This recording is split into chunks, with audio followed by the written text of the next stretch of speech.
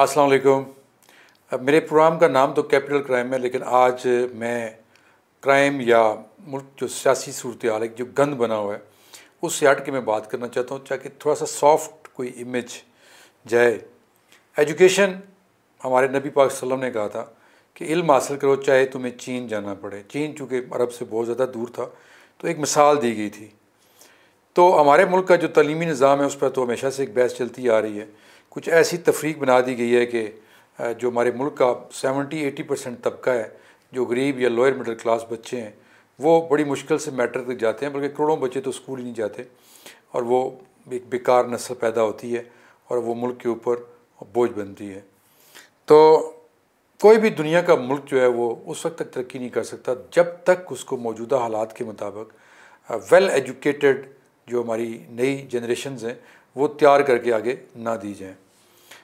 तलागंग हमारे ज़िला चकवाल का एक तहसील है, अब तो उसको ज़िला का दर्जा दे दिया गया है। वहाँ पे दो नौजवान सफ़ीर और तोकीर जो दोनों सगे भाई हैं, उनके एक भाई आर्मी में माशाल्लाह लेफ्टिनेंट कर्नल डॉक्टर हैं, एक भाई उनके रेलवे में किसी अच्छी पोस्ट पर हैं।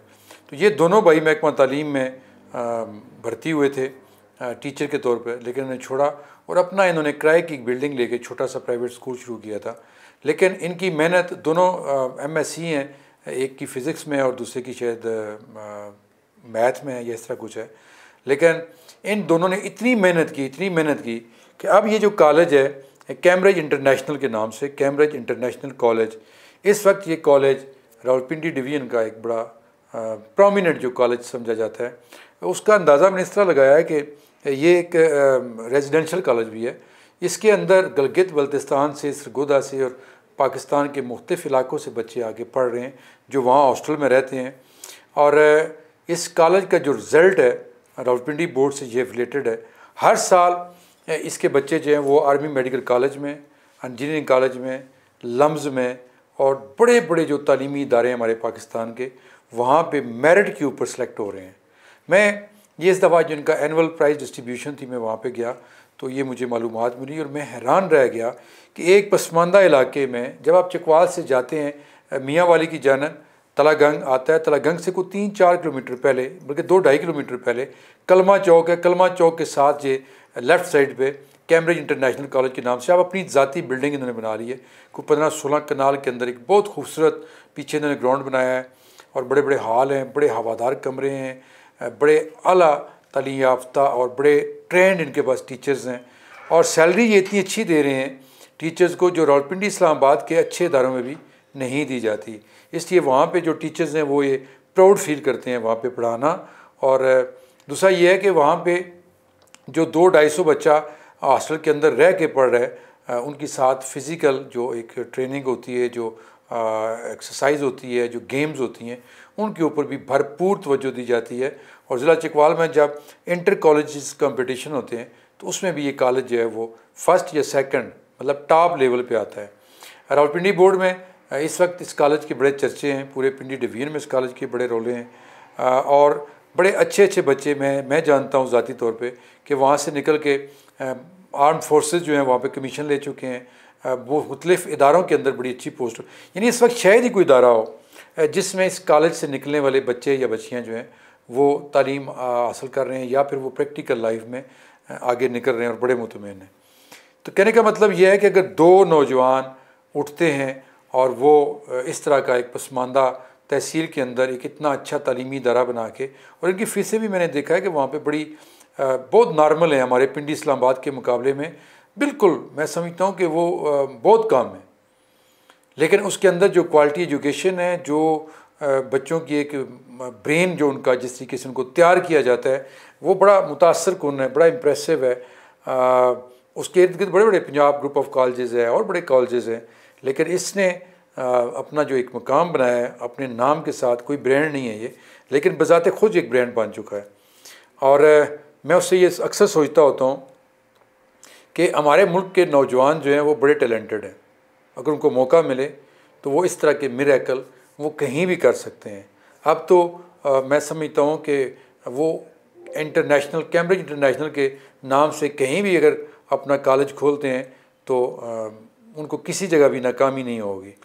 उनका गर्ल्स कॉलेज भी है और बॉयज़ भी है, और more than I think 2000 students जिसमें गर्ल्स एंड बॉयज़ अलग अलग इनके हैं वहाँ पे पढ़ रहे हैं।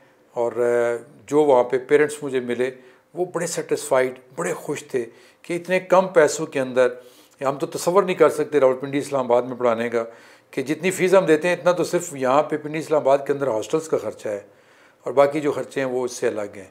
तो मुल्क ने अगर तरक्की करनी है तो हर इलाके में, हर जगह के गवर्नमेंट से तो आप तवक्को नहीं कर सकते। उनका जो सेक्टर है स्कूलों का या कॉलेज़ का, वो तो एक तरह से मुकम्मल तबाह हो चुका है।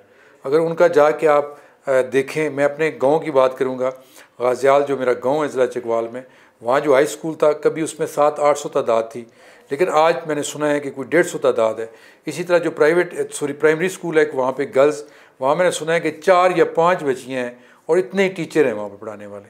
यानी तनख्वाह अगर देखी जाए तो उनकी कोई मेरा ख्याल है 1.5-2 लाख या 3 लाख सैलरी जा रही है, लेकिन बच्चे जो पढ़ने वाले हैं वहाँ पे वो टोटल ये 4 बच्चियाँ हैं। तो ये जो ज़िला चकवाल के जो CEO हैं एजुकेशन या डिप्टी कमिश्नर जो हैं कुरुतुलैन, उनको ये सर्वे करवाना चाहिए अपने ज़िला चकवाल में, और इस तरह के जो स्कूल है जहाँ पे बच्चे नहीं हैं उनको दूसरे स्कूलों में जम करें और वो बच्चे उठा के किसी भी अच्छे से प्राइवेट स्कूल में डालें। जितनी मर्ज़ी फ़ीस दे लें वो फिर भी बहुत सस्ता पड़ेगा गवर्नमेंट को। लेकिन ये पॉलिसीज़ इसलिए नहीं बनाई जाती कि गवर्नमेंट स्कूलों में आपने अपने जो वोटर्स होते हैं वो खपाने होते हैं, उनके ज़रिए आपने लोगों को तोड़ना होता है। सियासी जो एक गेम होती है वो टीचर्स के ज़रिए, पटवारियों के ज़रिए, जो सरकारी मुलाजमीन हैं उनके ज़रिए की जाती है, लेकिन मुल्क का किसी ने सोचना। अगर ये एजुकेशन के हवाले से पूरे मुल्क में ये सर्वे करवाया जाए तो उसमें मैं समझता हूँ कि 60 से 70% जो आपके गवर्नमेंट स्कूल हैं वो बंद हो जाने चाहिए, क्योंकि उनके ऊपर इतना ख़र्चा गवर्नमेंट का हो रहा है लेकिन रिज़ल्ट उसका ज़ीरो आ रहा है। बिल्कुल कोई वहाँ पे पढ़ाई नहीं है, कोई कुछ नहीं है, सियासत चलती है। लेकिन दूसरी तरफ यही जो प्राइवेट सेक्टर है इसको देखें तो ये बहुत आगे जा रहा है। मैं दुआ करता हूँ और मेरी ख्वाहिश ये है कि हमारे मुल्क के बाकी नौजवान भी बजाय नौकरियाँ ढूंढने के, अगर वो इतने अच्छे इस लेवल पे तालीम याफ्ता हैं तो अपने ग्रुप्स बनाएं और अपने अपने इलाकों में इस तरह के कॉलेजेस बनाएं और अपनी जो नई जनरेशन है उनको तैयार करें ताकि ये मुल्क आगे की तरफ जाए। अपनी दुआ में याद रखिएगा। अल्लाह हाफिज़।